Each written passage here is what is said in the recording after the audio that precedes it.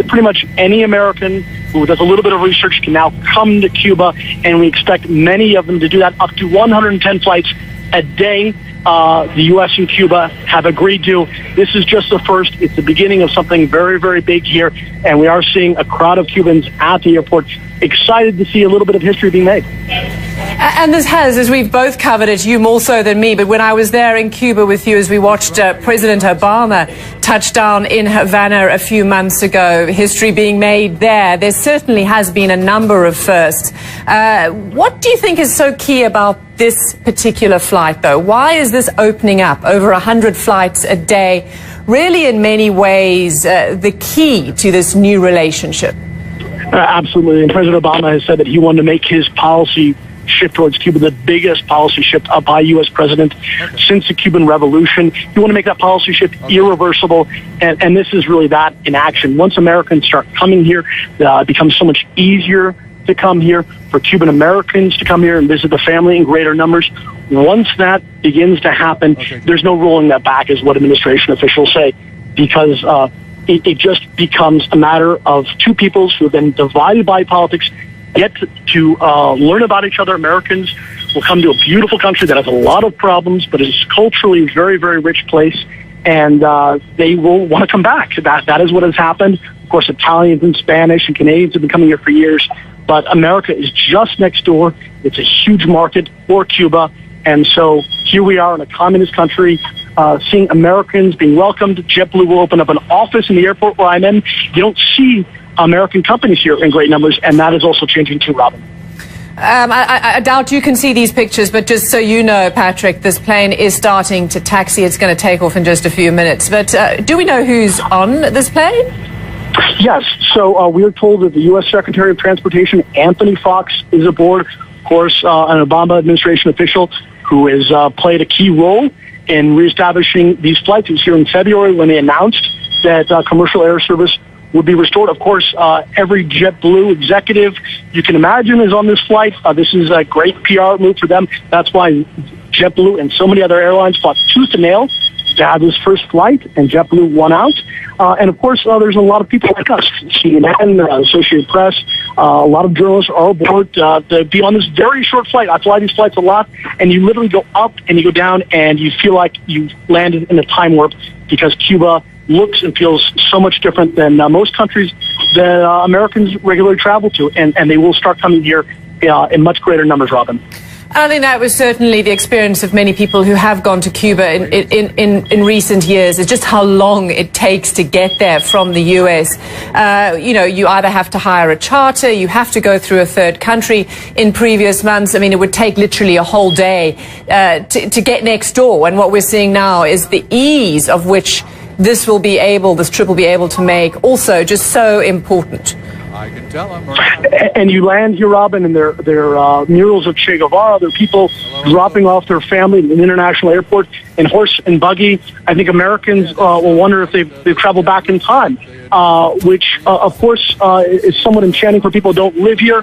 For Cubans, they want to use this surge in tourism to make their economy. The economy here is in terrible shape, so this is a vital lifeline for the economy. Never did Cuba's revolutionary thought they would depend so heavily on the United States, but that's essentially why they've changed their policies. They need this money so badly, but there is a trickle-down effect going on where you see Americans staying with Cubans, eating at the restaurants, which are the best restaurants in Cuba, and so increasingly, while a lot of the money does go to the government, it is trickling down to regular Cubans, and that's having a huge impact on their lives. A huge impact, another sign of change, of thawing relations. Patrick Altman, as we watch this JetBlue flight. Well, the interesting thing about Santa Clara is they couldn't announce the Havana flights. There's a limited space at the Havana airport. It's not a modern airport, and the Cuban government said that we can only fit 20 flights a day from the U.S., which seems optimistic. There were 60 airlines, Robin, that wanted those flights. So there's still a fight being played out. We think it'll be ending in the next few days. We could get you an announcement today, perhaps, about Havana flights, but it was easier to say a smaller city like Santa Clara to do the first flight there. I think Fort Lauderdale, certainly that's where JetBlue's hub is, and they are a major Caribbean a company that really has flights all throughout the Caribbean. I know American would have liked it, but I think perhaps having a flight on American Airlines from Miami would have brought up some of the politics a little bit too much. This is still very, very sensitive. We are told that this first flight, when it lands here, will not be shown live to Cubans on TV here. The government, while they need this, they're also still very sensitive, and they say that we're welcoming Americans, but of course there are many other tourists that come here, and there really will be no special treatment for Americans. But of course, we expect this island to become flooded with Americans in the years to come, Robin. And we will be going live when this plane touches down where you are in Santa Clara, so we'll check in with you in about an hour. Patrick Oppmann, thanks so much. Another trip in just a few hours. Donald Trump lands in Mexico. And Carol takes a look at this particular trip. We are also going to secure our border and stop drugs from pouring in. Donald Trump surprising the political world by announcing that he is heading south of the border today to meet with Mexico's president just hours before his highly anticipated immigration speech, the visit coming after more than a year of criticizing Mexico on the campaign trail. When Mexico sends its people, they're not sending their best. They're bringing drugs, they're bringing crime, they're rapists, and some, I assume, are good people. Tweeting, I have accepted the invitation of President Enrique Peña Nieto of Mexico and look very much forward to meeting him.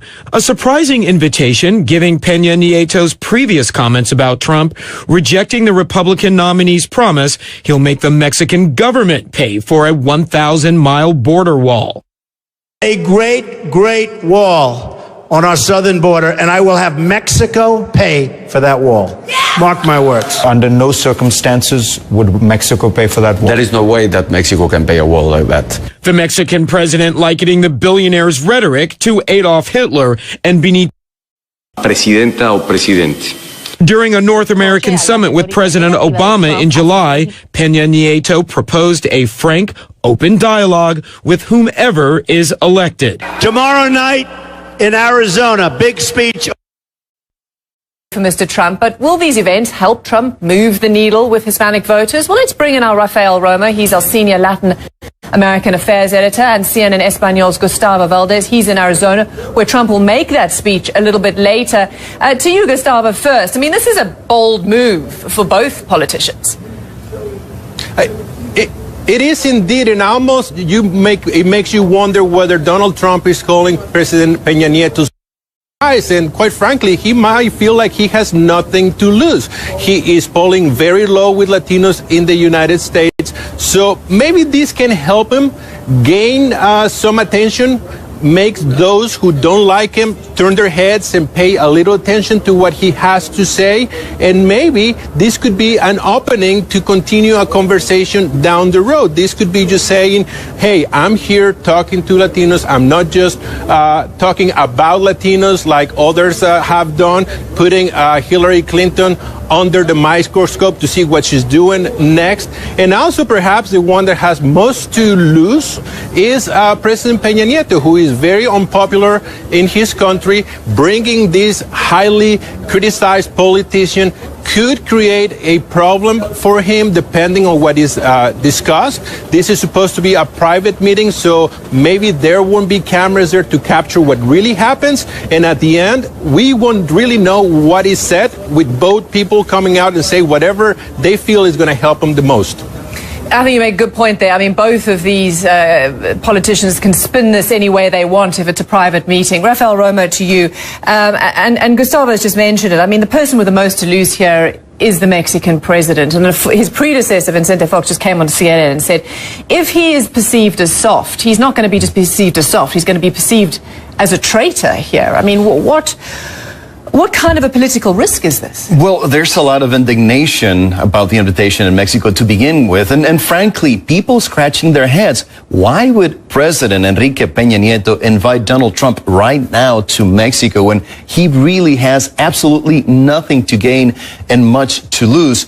And the president's response to this, and he said it on Twitter, says that he wanted to open a dialogue and start a conversation with whomever is the next president of Mexico, Mexico, but then there's again indignation from the Mexican right, indignation from the Mexican left. People are completely outraged and nobody can understand. And you said it yourself. Former President Vicente Fox said on our air that he would like to apologize to all of his fellow Mexicans because this is an insult to the entire country to have Donald Trump, the man who has called Mexicans rapists and criminals to their faces, now he is a guest to the Mexican president. Just unbelievable for many Mexicans. So Gustavo, to you, I mean, looking ahead to this speech, and of course the key issue here is the Latino vote. Will anything, do you think, change the minds of Latino voters after this visit or after what he might say in this speech?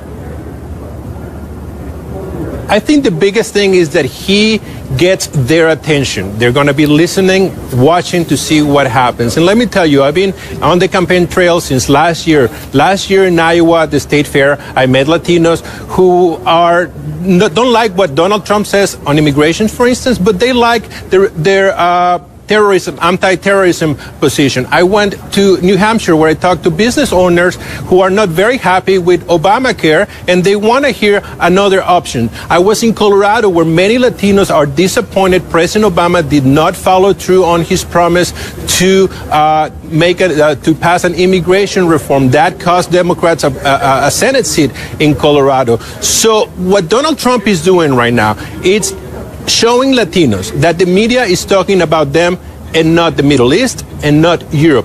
This is his opportunity to say, I'm starting with Mexico, and if he continues and addresses the Puerto Rican debt crisis, if he talks about the crime in Central America, if he goes and talks about Venezuela, about Brazil, about Argentina, he might have an opening and show that unlike other candidates who, during the campaign trail, we've only heard about what are you going to do about terrorism? What are you going to do about ISIS? What is the role of NATO? This might provide him an opportunity to tell Latinos in the United States, I hear you, and I might be the one who can represent you in the White House. You make some excellent points there. Thanks to you both, Rafael Roma and Gustavo Valdez. Appreciate it. Thanks, guys.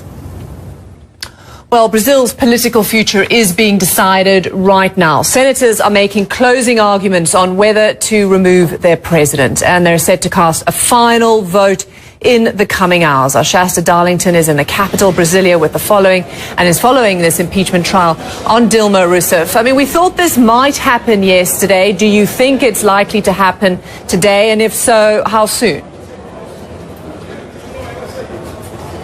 Yes, definitely, Robin. This is D-Day for Dilma Rousseff. They are just beginning to sit down in the Senate now and begin those closing arguments, as you mentioned.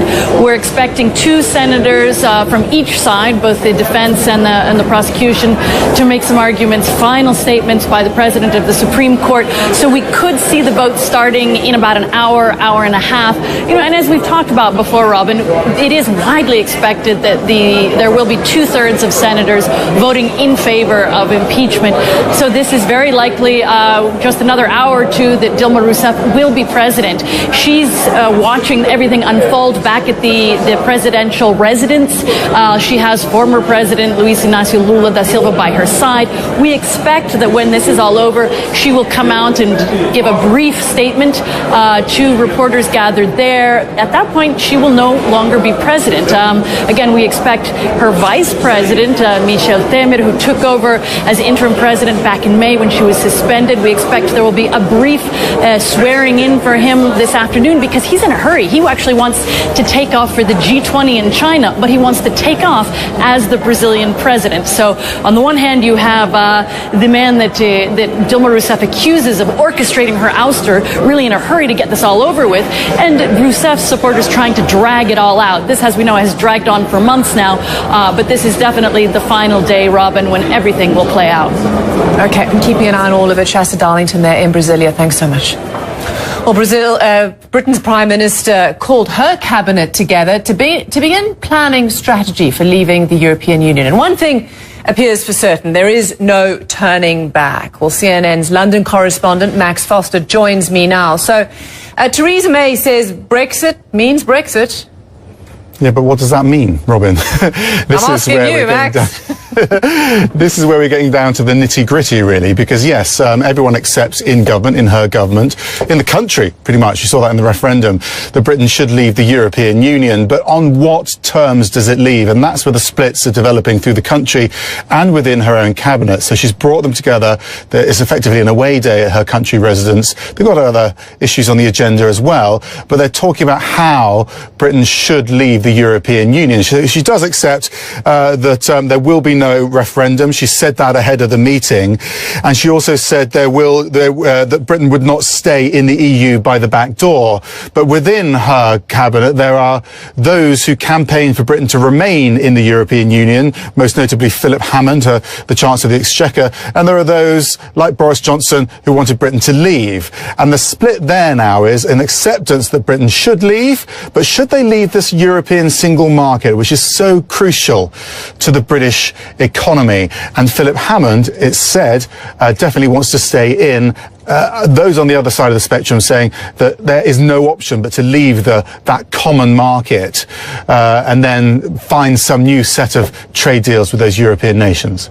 So what you're saying is that there's argument over sort of degrees of Brexit. What is probably the most pressing thing is when this Article 50 will be triggered, and I understand the Prime Minister has a royal prerogative, so she actually doesn't have to ask Parliament. I believe so. Again, uncharted territory, so we're pretty much going on what Downing Street says on this, and she's not going to invoke it before the end of the year.